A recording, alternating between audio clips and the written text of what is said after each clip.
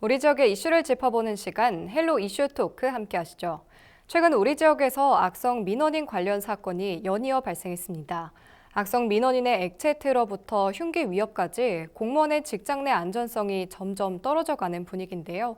최근 불거진 관련 이슈들 짚어보겠습니다. 권기창 안동대 한국문화산업전문대학원 교수, 그리고 엄재진 매일신문 경북본사 취재부장과 함께합니다. 안녕하십니까? 네, 안녕하세요. 안녕하십니까? 네, 지난달 포항의 공무원이 민원인에게 액체 테러를 당하는 사건이 있었는데요. 이게 어떻게 된 일인지 짚어주시죠. 지난 10월 29일 오전에 행정에 불만을 품은 시민 A씨가 포항시 공무원에게 어떤 액체를 뿌렸습니다. 그래서 경찰 조사 결과 뿌린 액체는 염산으로 확인이 되었습니다. 정말 어처구니 없는 일이죠. 염산은 보통 보면은 자극적인 냄새를 지는 무색의 화학 물질입니다. 그래서 호흡하거나 또는 눈이라든가 피부 등의 인체 조직에 손상을 입힐 수 있는 유독 물질로 분류가 되는데요. 다행히도 A씨가 뿌린 염산은 농도는 크게 높지 않은 것으로 이렇게 나타났습니다. 포항 남부경찰서의 조사 결과에 따르면은 개인 택시 면허 매매업자인 A씨가 포항시의 택시 감차로 인해 가지고 매매가 잘 이루어지지 않아서 불만이 있었어요. 그래서 미리 준비한 염산을 생수병에 담아 가지고 담당자인 공무원에다가 뿌린 거죠. 그래서 A씨가 뿌린 염산을 뒤집어 쓴 공무원은 한쪽 눈과 얼굴에 심한 화상을 입었어요. 그러나 다행히도 실명에 이르지는 않았고 또 피부 이식은 하지 않아도 되는 이러한 상황입니다. 그래서 이에 경찰은 지난 10월 31일 특수공무집행 방해로 치사 혐의로 A씨를 구속을 했는데 정말 국민의 한 사람으로서 공무원에게 이러한 행위를 했다는 것은 정말 죄송하다고 생각합니다. 만약에 공권력이 무너지면은 국가 시스템이 마비됩니다.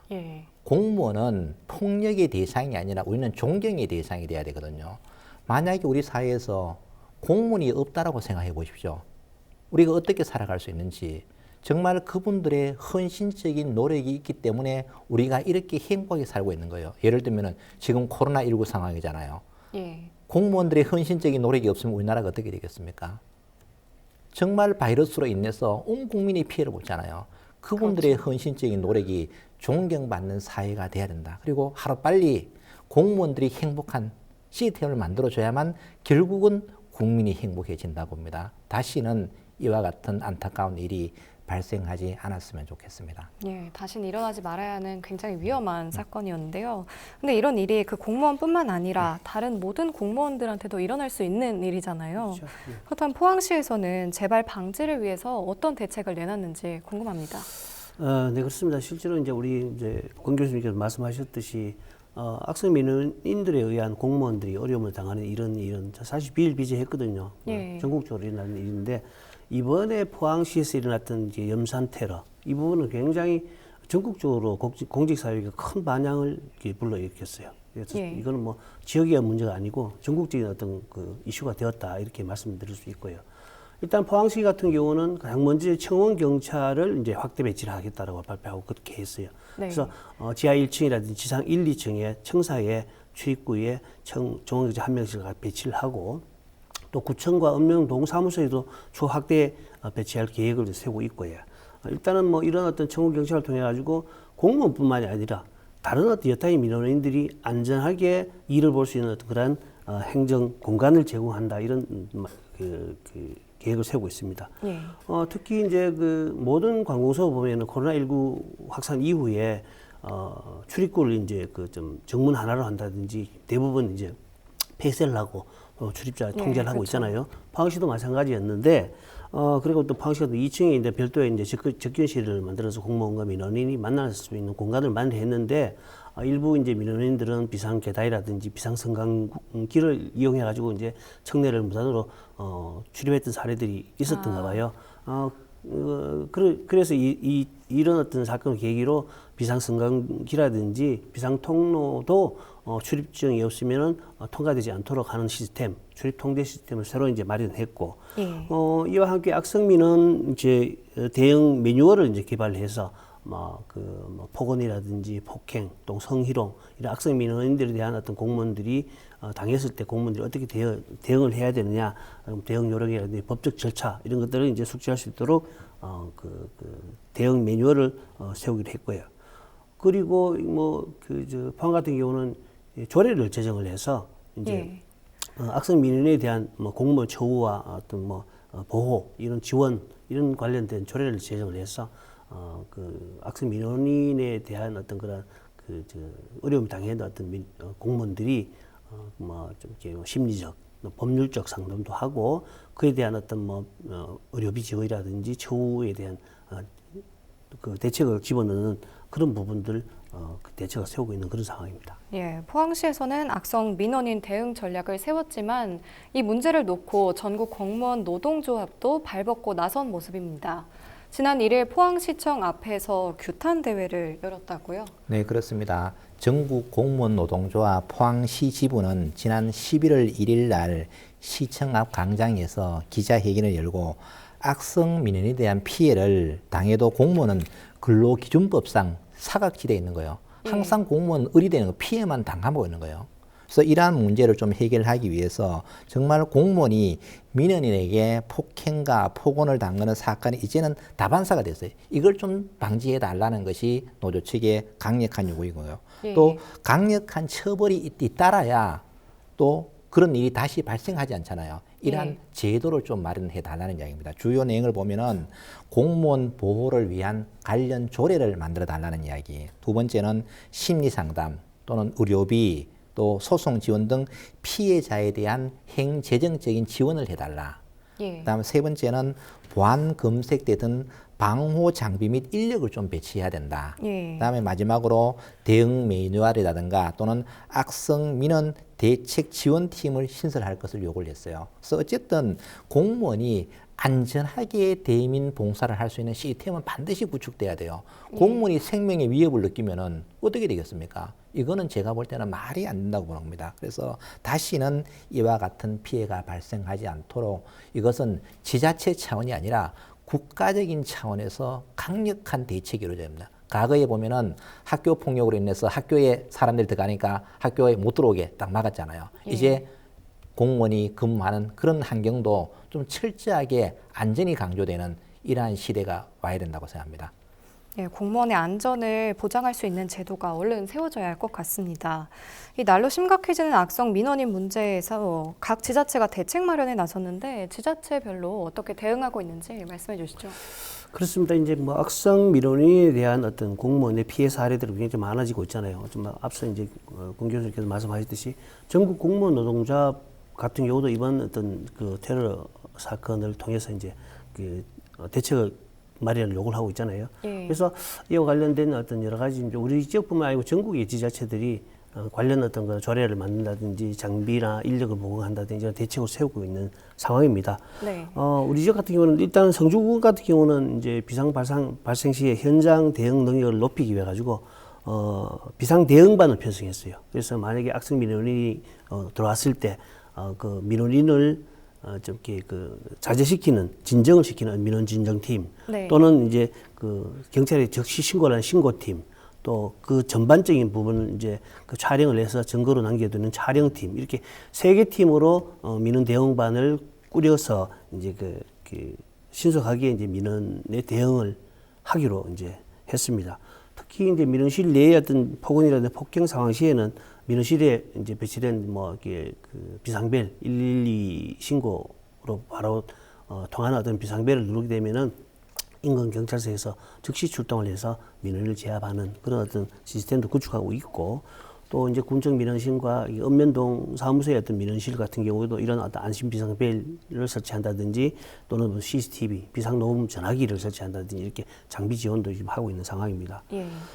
특히 이제 이러한 어떤 가상 시나리오 악성 민원인이 왔을 때 어떻게 대응을 할 것이냐 가상 시나리오를 가지고 이제 시스템 그 모의 훈련도 이제 실시를 하고 있거든요. 폭언, 폭력 등 어떤 그 민원에 대한 어떤 비상 발생 시에 조직적으로 이렇게 대응을 해 나가겠다는 의지를 표현하는 상황입니다. 청도군 같은 경우는 지난 8월 달에 이제 공직자 민원 응대 매뉴얼 제작에 전 직원들에게 배포를 했고요. 숙지하도록 했고 또 6월에는 비상 상황 대비 모의 훈련도 했습니다. 또 그다음에 10월 25일부터는 민원 응대 직원 보호 음성 서비스를 해가지고 민원인들이 그 비상 상황 시 보호 받을 수 있도록 예. 조치를 취하고 있는 상황입니다. 앞서 것에 있어 조례 제정에 나서는 지할 수도 있고요. 예. 포항시 같은 경우는 뭐 우선적으로 내년 조례를 준비하겠다라고 말씀드렸고, 달리 또 경주시 같은 경우도 내년 상반기에 이제 조례 제정을 목표로 지금 그 행정질서를 진행 중입니다. 이런 어떤 조례 안에는 보면은 민원단나 공무원에 대한 어떤 의료비 또 휴식 시간을 보장한다든지 또 그 악성 민원에 의해서 피해를 봤을 때 심리 상담 또 법률 구제 상담 또 내지는 또 민원 응대 역량 향상을 위한 여러 가지 교육과 연수 이런 내용을 또 포함하고 있고 특히 민원 관련 이제 법률 상담도 이제 하고 예. 또 뭐 수사 의뢰를 어떻게 한다든지 뭐 대응책으로 녹음기라든지 전화기 뭐 녹음 전화기라든지 폐쇄로 CCTV 뭐 비상벨 설치 이런 어떤 장비 지원도 조례 안에 다 담아내는 걸로 알고 있습니다. 예, 우리 지역 각 지자체에서도 이 심각성을 깨닫고 악성 민원인 대응 방안을 마련하는 모습인데요. 일부 지자체에서는 공무원들에게 웨어러블 캠, 즉 카메라를 보급하고 있습니다. 현재 어떻게 사용되고 있는지 그리고 이 카메라가 정말 필요한 물건인지 짚어주시죠. 웨어러블 캠은 쉽게 이야기하면은 목에 걸고 간단하게 동영상을 촬영하는 장비를 의미하는 겁니다. 예. 그래서 경주시에서는 지역 23개 읍면동과 또 행정복지센터와 시청 민원 담당 45개 부서에 비치해서 내년 1월부터 본격적으로 활용을 할 예정입니다. 예. 이것을 활용하게 되면은 악성 민원인이 해당 장비를 보게 되죠. 인식을 하게 되면은 폭언이라든가 폭행을 좀 덜 할 것이다. 이런 예. 기대를 갖고 있는 거죠. 또 사고가 발생했을 때는 또 증거 자료로 활용할 수 있잖아요. 네. 민원인은 이야기했는데 내가 증거가 없으면은 또 받아들여지기 어렵다는 이야기죠. 네. 또 포항시 같은 경우에도 웨어러블 캠을 시청과 구청, 읍면동 그다음에 현장 점검 단속 공무원에게 확대 보급할 예정입니다. 그리고 앞서 의성구는 웨어러블 캠을 10월부터 본청 주요 민원부서와 각 읍면 사무소에 비치해 본격적으로 활용을 하고 있는 이러한 상태입니다. 예. 그래서 다만 웨어러블 캠에 오해를 할 수 있는 부분을 잠시 짚으면 해당 공무원이 처음부터 그 캠을 켜는 것이 아니고 예. 문제가 생기고 위기 상황이 왔을 때 잠시 이제 녹화를 하는 거거든요. 그래서 처음부터 그렇게 되지는 않는다는 이야기고요. 예. 그렇다면은 과연 이와 같은 웨어러블 캠이 필요한 건가? 제가 볼 때는 반드시 필요하다고 생각을 합니다. 왜냐하면 사건이나 사고가 발생했을 때 자기의 주장을 뒷받침해줄 내가 이런 피해를 받았다는 것을 뒷받침해줄 수 있는 증거가 반드시 있어야 되거든요. 그 예. 증거는 영상 녹화 자료라고 저는 생각을 하는 겁니다. 그래서 사람이 진술이 아니라 누구나 수긍할 수 있는 이런 증거가 필요하기 때문에 카메라는 반드시 필요하다. 그래서 억울하게 당하지 않기 위해서는 그때의 상황을 정확하게 기록하는 것이 좀 필수적이 아니나 이렇게 생각을 하고요. 또 한 디지털 전문가나 디지털 콘텐츠 전문가라든가 또는 경찰 등은 공권력의 어떤 판단이나 거리에 설치된 3인칭 CCTV보다는 예. 내가 가지고 있는 카메라, 내가 가지고 있는 차량 블랙박스를 훨씬 더 증거물로 선호하고 있는 것도 오늘의 현실인 거죠. 그래서 어쨌든 타인으로부터 심각한 피해를 받았을 때 내가 방어할 수 있는 증거물이 있어야 된다는 이야기죠. 지금까지는 그러한 증거물이 없었기 때문에 일방적으로만 당하기만 당하죠. 그래서 내가 당했다고 아무리 호소를 해도 증거가 없기 때문에 항상 공무원은 의뢰 입장에서 대응할 수밖에 없잖아요. 예. 그래서 많은 사고가 발생하지 않았나. 그래서 다시는 이와 같은 일이 발생되지 않도록 철저한 증거를 수집해서 대응을 해야만 될 것 같습니다. 예, 100마디 말보다 장면을 한번 보여주는 게 훨씬 효과적일 그렇죠. 것 네네. 같습니다. 예, 의성군에서 웨어러블 캠을 이미 도입했다고 말씀하셨는데 도입 이후에 달라진 점이 있을까요? 그 의성군의 웨어러블 캠을 도입한 지 얼마 되지 않아서 효과 유무는 좀 더 지켜봐야 될 것 같습니다. 그러나 네. 많은 공무원들이 그것으로 인해서 마음의 안도를 하고 있고 또 민원인들도 카메라가 장착돼 있으니까 좀 조심해야 되겠다. 저는 네. 이런 효과만으로도 충분하게 검증이 되지 않았나 이런 생각이 듭니다. 그래서 지난 5월 경상남도 함안군에서 전국 지자체 최초로 웨어러블 캠을 50대를 구입해왔습니다. 그래서 이때 예산은 약 한 2천만 원 정도 들었어요. 그래서 예.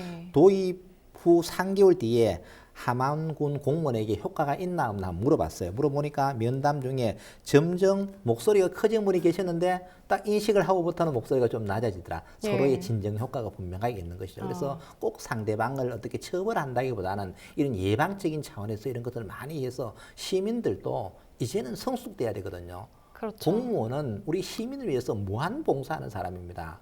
예. 아까도 제가 설명드린 그분들을 존경의 대상이지 갑질의 대상이 아니라는 이야기입니다. 그래서 그분들이 편안하게 일할 수 있는 이런 여건을 국가적인 차원 하에서 하루 빨리 구축하는 것이 행복한 세상을 만드는 지름길이 아닌가 이런 생각이 듭니다. 예, 공무원들이 안심하고 일할 수 있는 안전한 근무 환경이 하루 빨리 만들어져야 할 것 같습니다.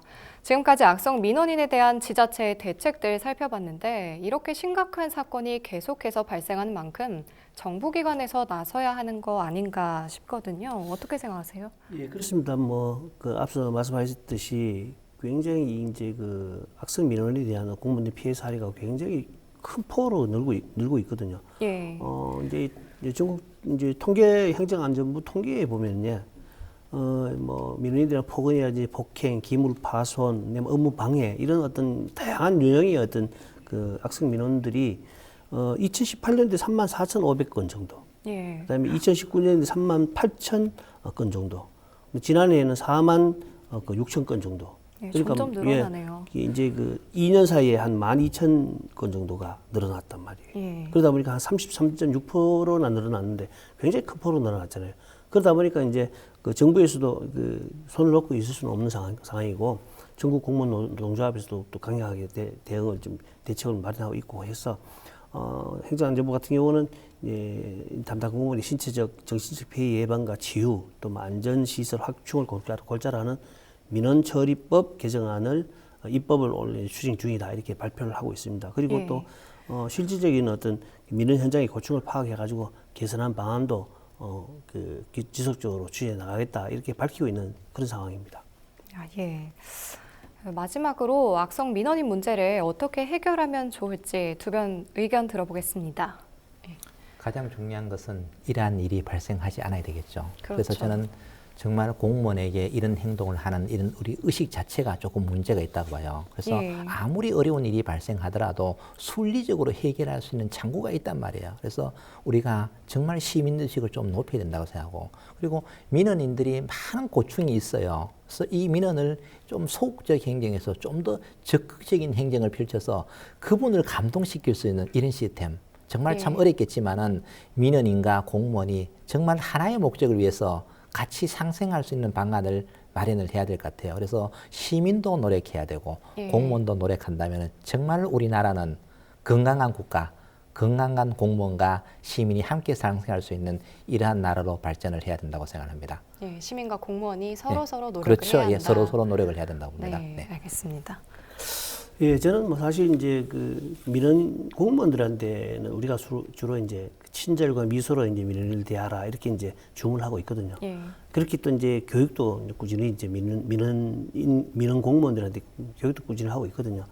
하지만 아무리 이제 그 응대를 그렇게 친절과 미소로 하더라도 앞서 언급했듯이 악성 민원인이 왔을 때는 그건 대책이 없는 상황이거든요. 네. 그러다 보니까 소위 이제 매맞는 공무원 이게 이제 사실 현실화되고 있는 그런 상황이잖아요. 예. 그리고 또 민원인 공무원 입장에서는 뭐 악성 민원인이 한두 번 오더라도 그러니까 소위 이제 방치를 해두는 거예요. 왜냐하면은 제가 과거에 이제 다른 지역에 근무했을 때 보면 굉장히 시카를도 위협하는 어떤 그런 뭐 하루도 안 멀도 위협하는 그런 민원이 있었지만 방치를 해두는 거예요. 왜냐하면 신고를 하게 되면 더 강한 어떤 위협이나 보복 폭행이 온다는 거죠. 예. 그러다 보니까 모든 게 이제 그 민원 공무원들에게 개인적으로 책임이 돌아가는 어떤 그런 시스템이거든요. 그래서 이제는 앞서 언급했듯이 지자체나 정부가 나서서 조례로 민원 공무원들을 보호를 해주고 또 각종 장비라든지 지원책을 동원해서 민원 공무원들이 악성 민원들 당하는 피해들을 감당할 수 있는 어떤 그 외부적인 요인들을 만들어줘야 된다 이렇게 이제 생각을 합니다. 예, 알겠습니다. 악성 민원인 문제 성숙한 시민 의식이 필요할 것 같습니다. 네, 오늘 두 분 의견 잘 들었습니다. 지금까지 우리 지역 악성 민원인 문제와 공무원 인권에 대한 이야기 나눠봤고요. 이 시간 헬로 이슈 토크는 여기까지입니다. 시청해주신 여러분 고맙습니다. 감사합니다.